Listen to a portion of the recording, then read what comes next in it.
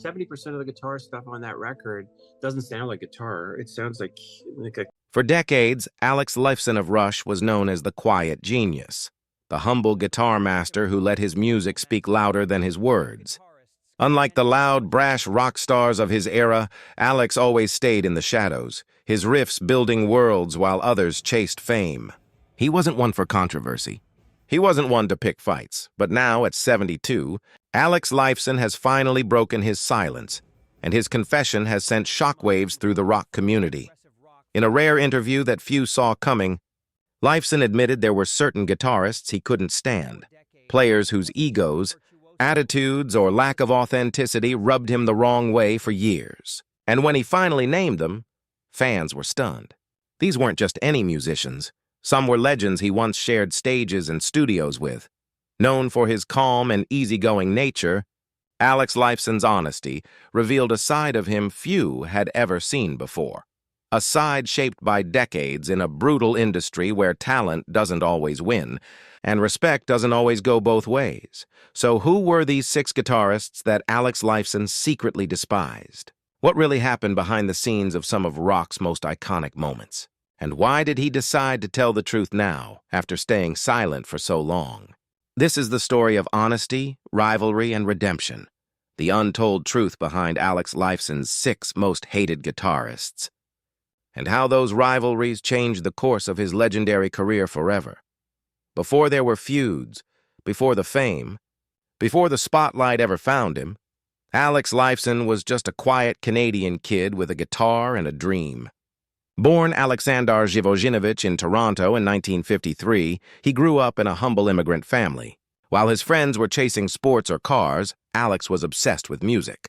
He locked himself in his room for hours, teaching himself every riff he could from Zeppelin, Cream, and The Who by his teens. He'd formed a small local band with a drummer named John Rutsey, and soon after, a skinny bass player named Geddy Lee joined them. That band would become Rush. What started as a small high school project turned into one of the most technically skilled rock bands in history. But in those early years, Alex wasn't trying to become a rock god. He just wanted to play well. He loved melody, complexity, and precision. While other guitarists fought for attention with flashy solos and wild stage antics, Alex focused on sound. He was a craftsman, layering tones, building emotional textures, creating music that made people feel. Still, the 1970s rock scene was brutal. Guitarists were constantly compared, judged, and ranked. The magazines loved to stir rivalries. Who's the best guitarist in the world? They'd ask, pitting legends like Jimmy Page, Jeff Beck, and Eric Clapton against each other. Alex hated that kind of talk. He believed music wasn't a competition, but that didn't stop others from competing with him. Behind the scenes, Alex faced quiet contempt from some of his peers. While Rush was respected by musicians, critics often dismissed them as too nerdy or too complex. Some rockers mocked Alex for his technical style, calling it soulless. He laughed it off in public, but privately, it stung. He once said in an interview, "People think technical means emotionless, but when I play, I'm trying to speak without words. Every note means something." Despite the criticism, Rush kept pushing boundaries. Albums like 2112, Moving Pictures, and Permanent Waves redefined what rock could be. Alex's playing wasn't just impressive, it was intelligent. He fused jazz, classical, and progressive sounds in ways no one had before. He was redefining the instrument while others were just recycling the same old blues licks. But success didn't shield him from envy. There were musicians, even guitar icons, who resented how Rush had built their empire without playing by the industry's rules. No scandals, no gimmicks, no pandering to trends, just pure, uncompromising music. As Rush's fame grew, so did the tension backstage at festivals and industry events. Alex would later admit that a few of those friendly handshakes from fellow guitarists were colder than ice. Some mocked his stage presence. Others whispered about how Rush fans only liked math, not music. That quiet tension would stick with him for decades. And now, all these years later, Alex Lifeson is finally ready to talk about it, to reveal which guitarists he felt crossed the line from rivalry to resentment, and how those moments shaped the man and musician he ultimately became. Because for someone as humble and private as Alex, holding it all in for 50 years wasn't easy. And when he finally decided to speak, the truth was, sharper than any riff he'd ever played, when Alex Lifeson finally opened up about the guitarists he couldn't stand, it wasn't about jealousy or skill, and it was about attitude.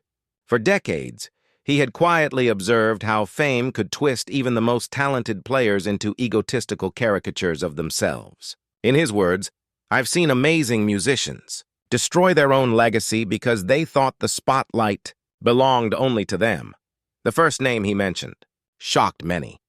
A legendary guitarist from the 1970s, who was once hailed as one of the best of all time. Alex admired his playing but couldn't stomach his arrogance. Whenever they crossed paths at festivals or studio sessions, that guitarist made it clear he didn't respect Rush. He reportedly told Lifeson once, "You guys play too many notes. It's not music, it's math." Alex never forgot that comment. He laughed it off publicly, but deep down it left a mark. Because while Rush was busy redefining progressive rock, others were busy protecting their egos. The second name came from the 1980s, a flashy shredder who ruled the MTV era. Lifeson described him as technically brilliant but spiritually empty. He hated how the 1980s guitar scene became more about speed and showmanship than soul. While other players posed shirtless with neon guitars, Alex stayed true to tone, emotion, and authenticity. "I'd rather play one note that means something than 100 that don't," he once said. The third name came with a deeper sting, a guitarist Alex had actually admired early in his career. They met backstage at a major rock festival in the late 70s. Alex, being polite, complimented his playing. But instead of returning the kindness, the man shrugged and said, "Rush, you guys make music for robots." It was the kind of insult that stuck for decades. Even fans who followed Lifeson closely know that he's never been one for drama. He doesn't attack. He doesn't gloat. But this time, when he spoke out, there was a weariness in his voice, like a man finally letting go of years of quiet disappointment. "I never hated their music," he clarified. "I hated the way they treated people. The music world can be cruel, and sometimes the worst. People are the ones you used to admire." The fourth guitarist he mentioned wasn't even from the classic rock scene, but from the early 2000s. A younger player, known for mocking classic rock legends in interviews, once dismissed Rush as dad music. When asked about that, Alex just smiled sadly and said, "He'll understand when he's older, if he's lucky enough to last." But perhaps the most painful rift came from within his own circle, a guitarist he once considered a friend. They collaborated briefly in the early 1990s, and while the session started full of promise, things quickly soured. Alex described it as one of the most toxic experiences of his career. "It's hard when ego walks into the room and leaves no space for music," he said. By the time he reached the sixth and final name, Alex's tone softened. He admitted that some of the people he once disliked, he now forgave. Age had mellowed his anger, but it hadn't erased the memories. "I don't carry hate anymore," he said.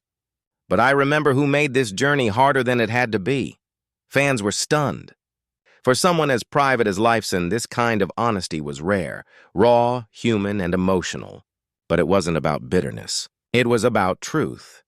Because in an industry built on image, Alex Lifeson had chosen integrity. And for the first time, he was letting the world see what that choice had cost him. Alex Lifeson's story isn't just about the names he hated. It's about what those rivalries taught him. For every guitarist who dismissed him, doubted him, or outright insulted his craft, Alex responded not with anger, but with music. His guitar became his weapon, his defense, and his truth. When he spoke about the tension he felt in his early years, there was always a recurring theme: being misunderstood. Rush's complex rhythms, long compositions, and science fiction lyrics were often mocked by mainstream critics and rival musicians alike. Many said Rush would never survive outside of their niche fan base. Yet Alex, alongside Geddy Lee and Neil Peart, proved them wrong again and again. In a rare 1990s interview, Alex admitted, "There were nights when the criticism got to me. You'd open a magazine and see your heroes calling your music pretentious. You'd start to question if you belonged. But instead of crumbling under pressure, Lifeson poured those emotions into his guitar. Every note of La Villa Strangiato, every solo in Limelight, carried that quiet defiance, a message to the world. You don't have to understand it to feel it. Those rivalries also changed the way he approached collaboration. Alex became more protective of his musical space. He stopped chasing approval from other guitarists and started focusing on creating something timeless. He learned that the industry's praise is temporary, but authenticity lasts forever. One of the most powerful turning points came after a heated studio session with a famous producer who tried to modernize Rush's sound. The producer wanted simpler chords, shorter solos, something radio-friendly. Alex refused. He later said, "I realized that the only people I needed to please were sitting right next to me, Geddy and Neil. Everyone else's opinion was just noise." That mindset would carry him through decades of change. Grunge, pop, metal, electronic music, all came and went. But Rush remained Rush. Lifeson didn't chase trends. He carved his own lane, and that quiet defiance earned him the respect of new generations of musicians who once ignored him. Ironically, some of the very guitarists he once disliked ended up reaching out later in life, admitting that they had underestimated him. One, a big name from the 70s scene, sent him a handwritten letter saying, "You were right. You always played with heart." Alex never shared who it was, but the gesture clearly meant something. Still, not all wounds healed. There were rivalries that never found peace, relationships too fractured to fix. But even there, Lifeson found meaning. "Sometimes the lesson isn't about forgiveness," he said. "It's about learning who you don't want to become." Through those years of rivalry and rejection, Alex Lifeson learned to value humility, something he rarely saw in the rock world. He never forgot what it felt like to be dismissed, and he made sure he never treated younger musicians the same way. Many guitarists who met him at festivals or masterclasses have described him as the kindest legend in rock. One even said, "He didn't just teach me guitar, he taught me how to stay human in an industry that eats its own." By his late 70s, as he reflected on his long career, Lifeson admitted that those rivalries had been both painful and necessary. They pushed him to evolve, to dig deeper into his creativity, and to find beauty in imperfection. "If everyone had loved what we did from the start," he once said, "I might never have worked so hard to prove them wrong." That's the hidden truth behind his confessions. The hate wasn't the story, the growth was. Every clash, every cold shoulder, every sarcastic remark, all of it became fuel for a legacy that even his critics eventually bowed to. And today, when fans listen to that soaring, emotional solo in the spirit of radio, they're not just hearing a guitarist. They're hearing a man who turned pain into art and rivalry into revelation. As Alex Lifeson entered his 70s, the world began to look different. The stages were quieter, the spotlights less blinding, and the applause more nostalgic than thunderous. Yet, in this new silence, he found something he had never truly known during Rush's whirlwind decades: peace. For years, the rivalries and unspoken grudges had lived like ghosts in his mind. He'd been wronged, mocked, and underestimated. But as time passed, those old resentments began to feel small. The fire that once fueled his determination to prove people wrong slowly transformed into gratitude. Gratitude for having outlasted the noise. In one of his last reflective interviews, Alex said softly, "You spend your youth trying to be heard. Then you spend your later years realizing how beautiful silence can be." Those words struck a chord with fans who'd followed his journey from the beginning. Reminder that greatness isn't only found in volume, but in humility. When the interviewer pressed him about the 6 musicians he had once hated, Lifeson smiled faintly. "I don't hate them anymore," he said. "I think hate was never really the right word. It was disappointment, in them, in myself, in the industry. But now I just hope they found peace too." That admission, quiet, unassuming, and deeply human, was the closest he ever came to closure. It was a confession not born of bitterness, but of wisdom. He knew that carrying resentment was a burden too heavy for any artist to bear forever.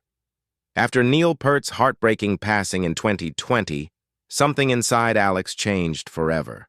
Losing his lifelong bandmate and creative brother forced him to reevaluate what truly mattered. When Neil died, he recalled, all those grudges, all those rivalries, they suddenly seemed meaningless. None of it mattered anymore. What mattered was love, love for the people who shared this journey with me.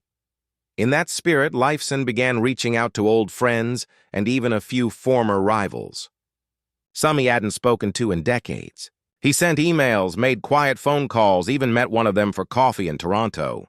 What began as awkward small talk turned into laughter and shared memories. And for the first time in a long time, Alex Lifeson didn't feel like the outsider. He just felt human, but make no mistake, his legacy remains as sharp as ever. The world remembers him not as a man defined by bitterness, but as one who rose above it. His guitar work continues to inspire countless players who grew up studying his technique, his tone, his emotion. Musicians from all generations, from Metallica's Kirk Hammett to Tool's Adam Jones, have openly praised Lifeson's fearless creativity. Even the new wave of guitarists on YouTube often cite him as the artist who taught them that technical doesn't have to mean soulless. When asked what advice he'd give to young guitarists trying to make it in today's digital competitive world, Lifeson's answer was simple. Don't waste your energy trying to outshine someone. Just shine in your own light. The right people will see it. And perhaps that's the greatest lesson in his story. Beneath all the headlines, all the supposed rivalries, all the speculation about who he loved or hated, Alex Lifeson's journey was never really about conflict. It was about self-discovery, as he often said. Music isn't about competition. It's about connection. And maybe in the end, that's what keeps his spirit alive. Not just in the records and performances, but in the quiet way his honesty continues to touch others. Alex Lifeson's story reminds us that even the greatest musicians, the ones who've seen the world and stood in the fire, carry scars. But it's what they do with those scars that defines their art. And in Alex's case, those scars became symphonies, the sound of a man who learned that the truest power doesn't come from hating others, but from forgiving them and continuing to play on.